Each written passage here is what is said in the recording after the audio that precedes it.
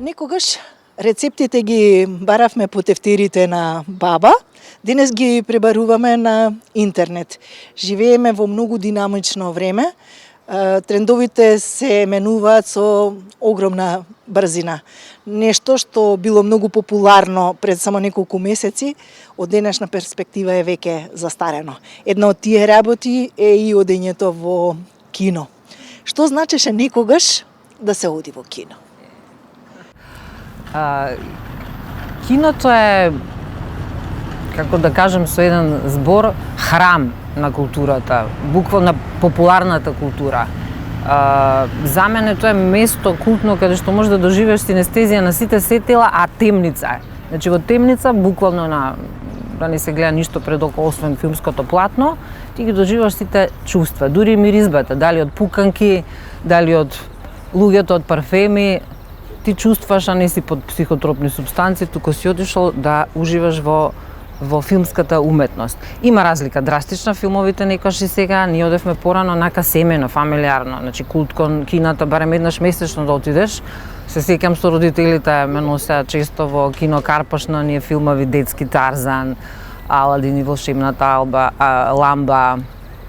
И тоа ми останало онака како култура, дури не секој годам ретроградно малку да се сеќавам, после сите оние наши сали, кино Карпош, Вардар 1, Вардар 2, култура Бамби, подоцни центар, нели, вака поголем, по-софистицирано другите, кога отидов со чичка ми стринами во Сава центар, се сетам, мислам дека гледавме тоа со Мелани Грифит, чудна девојка, така нешто. Тоа беше како дете кога ќе однесеш во Дизниленд. Значи гледаш нешто огромно пред тебе како некој буквално спектакл, како да си во научно-фантастичен филм.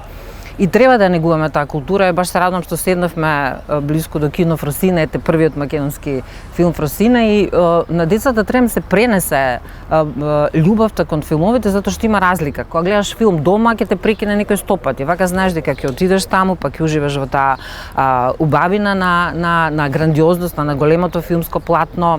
Некогаш се сеќам не си смел да внесеш пуканки или храна, продава кикиритки, семкен или продавците во оние фишеци, ама тоа било скришно како да шверцуваш, затоа што вратарот во кино буквално ти викал отвори уста да немаш мастика.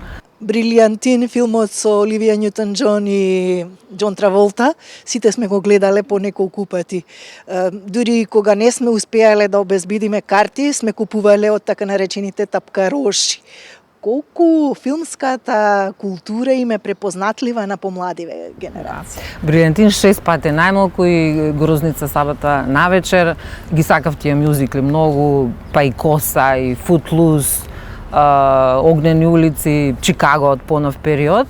Сакаат децата да гледат.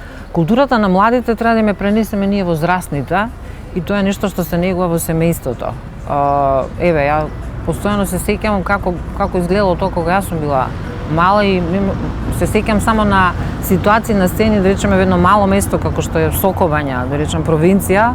Татко ми ме запазна тогаш со Гордан Михич и Вера Чукич, неговата сопруга. Во Сокобања беше премиера на неговиот филм Купите ми Елиота.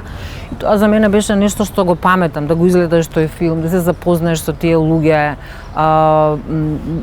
да бидеш дел од случувањата и од градењето, од производот на еден филм, од почетокот до крај. Значи и премиерите, и репризите, се нешто што се вдахнува и ти трае целиот живот како твое културно наследство, кое каде да отидеш, го отвараш и го имаш со себе. Скопје едно време беше центар на филмското културно создавање, прозорец кон светот. Се знаеше, во кино Бамби се прикажуваат детски филмови. Во култура ги гледавме Бидаи, Мајко слушнија мојата песна, немаше некој што не плачеше. Во Напредок се емитува еротските филмови. Каква е состојбата денеска? Колку денеска се оди во кино? Плачевме на Сјају трави, Натали Вуц, јас се сеќавам, Лидија, како ми зборувате, Ворен Бити. Ја плачев и на Ити, кога го гледав по неколку пати. Се плашевме од една 3D анимација со очилата на Ајкула. гледавме, ако сме еротските филми, морам да признам, да се смееме со другарките, прв еротски филм кој го гледавме заедно на Качопаративно во кино Карпаш, Сладолед од лимун. И кога си ги видовме комшиите, жив срам, само рековме леле, не ги боголюб да се тргнеме да не видат, срамни беше да не види некој. И тоа беа нели моменти за тоа што сакаш нели да истражуваш дете како дете, да видиш по нешто и од таму. За жал сега децата има достап на порнографија која нема врска со тие еротски филмови кои од денешна перспектива се смешни без оглед што не биле непријатни. Филмската култура мора да се негува. Значи ние имаме должност кон браќата Манаки, она што беше за светот браќата Лумиер, тоа се Манаки наши и треба да ја негуваме. Таа имаме добра филмска продукција, одлични актери и сето тоа треба да продолжи затоа што пак ќе кажам филмот е култура на живење. Во филмот треба да уживаш со сите без оглед кој жанер е. Благодарам за разговорот, Тања. Исто јас за довербата.